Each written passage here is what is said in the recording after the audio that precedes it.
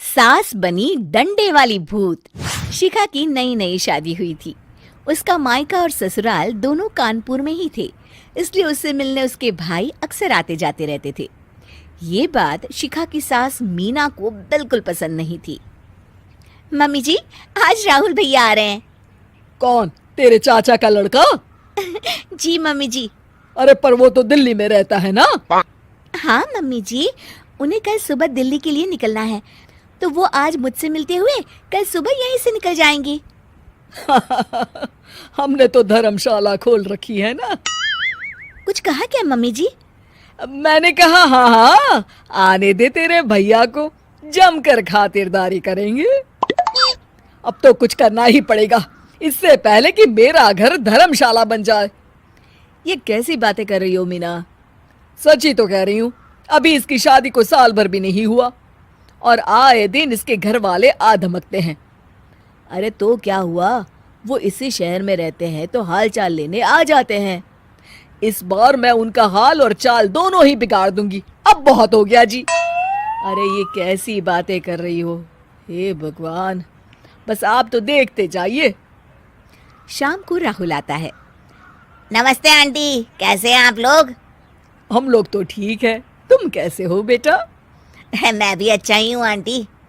बस आज रात के बाद नहीं रहोगे। चलिए भैया, मैं आपको हमारा घर दिखाती हूँ।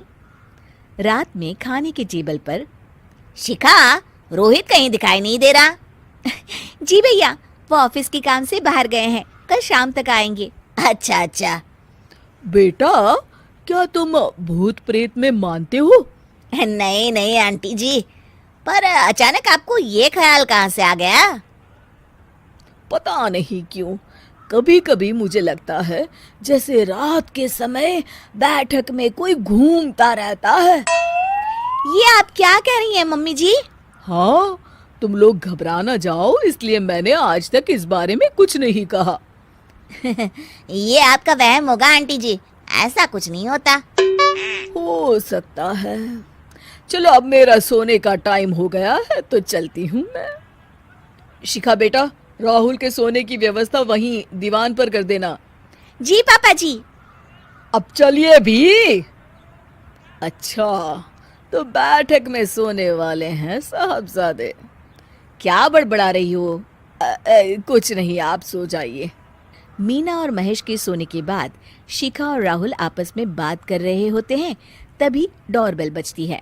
अरे आप! सरप्राइज! काम जल्दी खत्म हो गया तो मैं आज ही चला आया। ये तो बहुत अच्छा किया। देखिए राहुल भैया भी आए हुए हैं, आप दोनों का मिलना भी हो जाएगा। कैसे हो रोहित? मैं तो ठीक हूँ भैया। शिखा, मैं भी आज यहीं सो जाता हूँ, राहुल भैया से बातचीत भी हो जाएगी। अच्छा अच्छा ठीक है। मीना आधी रात को उठती है, कंबल मुंह से पैर तक ओढ़ के डंडा लेके बैठक में आती है और देखती है दीवान पर चादर ओढ़े कोई लेटा हुआ है। देखो तो कैसे मजे से सो रहा है बहन के ससुराल में। मीना ताबड़तोड़ 4-5 डंडे मार देती है। अरे मर गया, अरे बचाओ बचाओ, कौन है? मीना जल्दी से अपने कमरे में भाग जाती है। हे भगवान, ये मैंने क्या किया? ये रोहित कहाँ से आ गया? लगता है ये नालायक राहुल मेहमानों वाले कमरे में सो गया होगा। आज तो इसकी खैर नहीं। उधर बैठक में, अरे क्या हुआ रोहित? मैं बाथरूम में था, तुम्हारे चिल्लाने की आवाज सुनी। पता है भैया, मैं सो रहा था, अचानक से कोई आकर मुझे डंडे मारने लगा। ये क्या कह रहे हो? लगता है तुम भी आंटी की तरह भूत प्रेत में मानते हो। नहीं नहीं भैया, सच में कोई आया था। मैं तो जा रहा हूँ मेहमानों वाले कमरे में सोने के लिए। इस समय अपने रूम में जाऊंगा तो शिखा की नींद खराब हो जाएगी। ठीक है भाई, जाओ तुम, जहाँ तुम्हारा भूत डंडा लेके ना आ सके। थोड़ी देर बाद मीना कंबल ओढ़ के डंडा लेकर मेहमानों वाले कमरे में पहुंच जाती है। वो बिस्तर पर सोए रोहित को फिर डंडों से मारने लगती है। अरे मर गया, अरे मर गया। तू भूत प्रेत में नहीं मानता ना? ये ले, अब डंडे खा। हैं? ये तो माँ की आवाज है। रोहित कंबल खींच देता है। बेटा तू! अरे ये क्या कर रही हो माँ? मार मार के मेरा भरता बना दिया आपने।